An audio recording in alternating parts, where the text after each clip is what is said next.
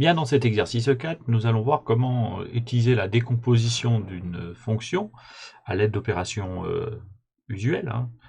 Donc tout simplement, suivant l'ordre des priorités opératoires, on peut décortiquer, donc décomposer une fonction en quelques étapes élémentaires faisant référence à des fonctions usuelles, comme les fonctions affines, la fonction carré, ou éventuellement dans d'autres cas, des fonctions inverses, cubes ou autres. Donc cela permettra dès lors de pouvoir étudier les variations d'une fonction en suivant les inégalités successivement à partir des étapes qu'on aura décomposées. Donc voilà le principe général qui va être utilisé dans cet exercice. Donc lorsqu'on analyse l'expression de la fonction f, définie par f de x égale à 3 moins 2 facteur d'x moins 5 au carré, on peut constater que si on veut calculer l'image de x, on serait d'abord obligé de faire l'opération qui a x associe x moins 5, car la priorité serait aux parenthèses. D'accord, cette première étape donc consiste ici, quand je demande de décrire les étapes, de considérer qu'on enlève 5 à x. D'accord, donc en fait il s'agit donc d'une fonction affine qui a x associe x moins 5. Une fois que le résultat de cette étape est réalisé, il s'agit d'élever x moins 5 au carré, car le carré est prioritaire ici sur les autres opérations. Ensuite, x moins 5 étant au carré, donc cette deuxième étape, on a fait intervenir donc la fonction carré. On a prioritairement la multiplication par moins 2 à faire, donc on fait moins 2 facteur de x moins 5 au carré, car la multiplication est prioritaire sur, ici, la soustraction. Et dernière étape, on voit que pour obtenir le résultat d'f de x, il suffit d'ajouter 3 au résultat, moins 2 facteur d'x moins 5 au carré, on lui ajoute 3, et on obtient donc finalement, dans cette quatrième étape, la fonction ici, f de x, car ici vous avez 3 moins 2 facteur d'x moins 5 au carré. Donc ici, pour bien comprendre ces étapes-là, tout est basé sur les fameuses priorités opératoires que je peux résumer par l'acronyme PEMDAS. Donc priorité, on effectue d'abord les parenthèses, d'accord. Ensuite, une fois que les parenthèses ont été faites en priorité, on passe aux exposants, ici comme le carré. Ensuite, on enchaîne avec les multiplications et éventuellement les divisions si on avait dans l'ordre d'écriture. Donc,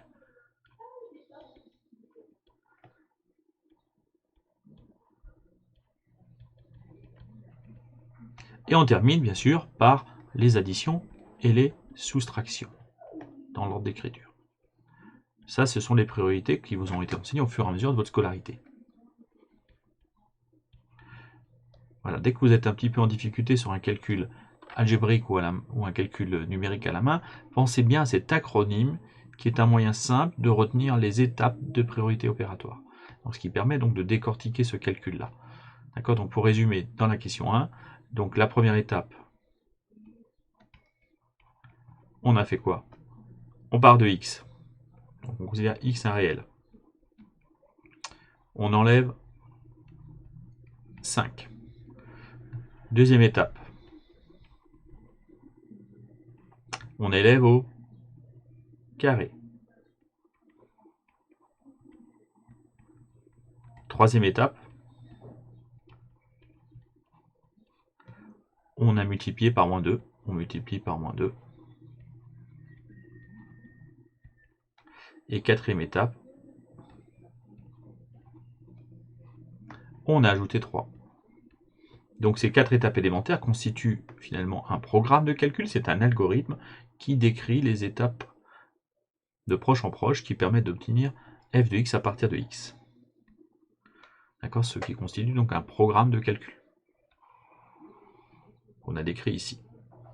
Voilà le lien entre ces deux étapes-là. Donc nous passons à la question 2 où on nous dit de partir de l'encadrement que 5 est inférieur ou égal à A qui est inférieur ou égal à B. D'accord? Donc tout simplement ici, je rappelle que la fonction f dans l'exercice était définie sur l'intervalle ici qui était l'intervalle 5 plus l'infini au départ dans l'exercice. Donc ce qui sous-entend qu'on considère uniquement des réels supérieurs ou égal à 5. Donc c'est pour ça qu'ici je considère deux réels, ici A et B, tous les deux supérieurs ou égaux à 5. Et on va tout simplement supposer que A est plus petit que B. Et on va appliquer ces 4 étapes ici qui décrivent comment obtenir ici les images de A et les images de B. Donc là, si je suis la première étape, j'enlève 5 de chaque côté. En enlevant 5, 5 moins 5, ça fait 0. Qui sera donc inférieur ou égal à 1 moins 5, qui est inférieur ou égal à b moins 5. Enlever 5 de chaque côté d'une inégalité ne change pas son sens. Rappelez-vous le chapitre sur l'ordre dans R. Deuxième étape, on élève au carré. Donc on élève au carré, 0 au carré ça fait 0, a moins 5 est élevé au carré, b moins 5 est élevé au carré. Cette étape-là change-t-elle l'ordre? Ça va dépendre justement. On sait que la fonction carré est croissante sur 0 plus l'infini, donc elle ne change pas l'ordre en élevant carré, mais elle est décroissante sur moins l'infini 0, elle change l'ordre lorsque on élève des nombres négatifs au carré. Or ici, les nombres qu'on élève au carré sont respectivement a-5 et b-5, qui sont de ce fait ici supérieurs ou égal à 0 dans ce qui est écrit là, donc l'ordre n'est pas changé. Donc là, l'argumentation, c'est de dire que la fonction carré est croissante, strictement, donc est strictement croissante sur 0 plus l'infini, donc l'ordre est conservé.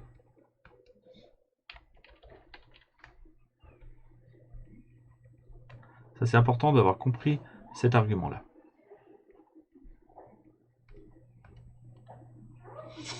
Donc une fois qu'on a fait ça, on passe à l'étape 3 qui constitue à multiplier par moins 2, mais alors là attention, en multipliant par moins 2, on sait que multiplier les termes les membres d'une inégalité par un nombre négatif change le sens de cette inégalité. Donc attention ici, c'est pour ça que j'écris en rouge, il faut être conscient de cet argument-là. Donc là, attention, qu'est-ce qui va se passer du coup? J'ai 0 fois moins 2 qui donne bien sûr 0, mais qui sera donc supérieur ou égal à moins 2 facteur de 1 moins 5 au carré, qui sera strictement plus grand que moins 2 facteur de b moins 5 au carré. Je n'ai plus qu'à faire la dernière étape, la quatrième étape. Donc je rappelle, étape 1, 2, 3 et l'étape 4, où on ajoute 3, mais ajouter un terme à une inégalité, un même nombre à chaque membre d'une inégalité, ne change pas son sens. Donc j'ajoute 3 à chacun des termes. Donc ici, j'obtiens 3 moins 2 facteur de 1 moins 5 au carré, qui est supérieur à 3 moins 2 facteur de b moins 5 au carré. Donc voilà ce que j'obtiens ici suite à la manipulation des inégalités. Donc en partant de l'inégalité 5 inférieur ou égal à a qui est inférieur strictement à b, j'obtiens que 3 est supérieur ou égal à 3 moins 2 facteur de 1 moins 5 au carré, qui est strictement plus grand que 3 moins 2 facteur de b moins 5 au carré. Or, si j'interprète ça, j'obtiens ici ce qui est demandé dans la question suivante. On demandait de comparer f de a et f de b. Or, qu'est-ce qu'on a obtenu ici? D'après la question 2, on a tout simplement 3 qui est supérieur ou égal à f de a, parce que si vous remarquez ici, vous avez ici f de a, c'est l'image de a, qui est supérieur strictement à l'image de b. Donc on a réussi à comparer f de a et f de b. D'accord. Autrement dit, dans l'intervalle 5 plus l'infini, si vous avez a qui est plus petit que b, c'est ce qu'on a ici, on vient de démontrer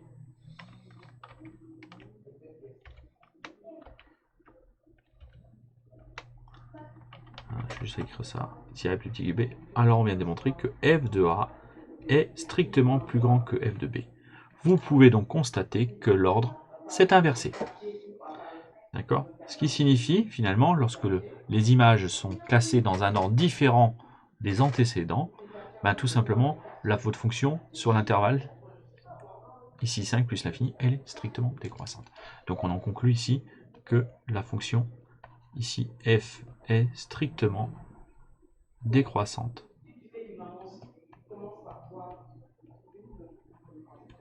Sur l'intervalle 5 plus l'infini. En citant bien sûr cet argument-là.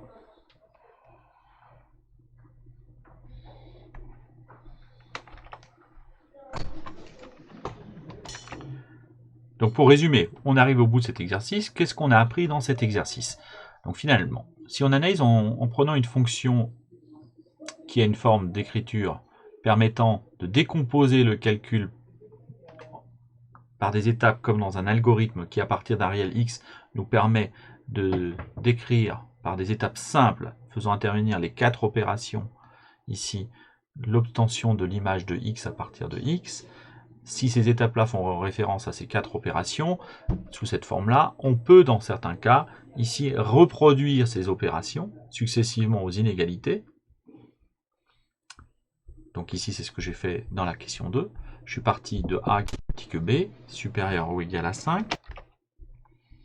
Donc, à partir de cette inégalité, a qui est inférieur à b, dans l'intervalle ici, qui est l'intervalle 5 plus l'infini, on peut voir qu'on peut tout simplement, successivement, démontrer que f de a est plus grand que f de b. Donc vous voyez qu'il peut y avoir des moments des changements d'ordre. Donc ici, le changement d'ordre est lié au fait qu'on est multiplié par moins 2.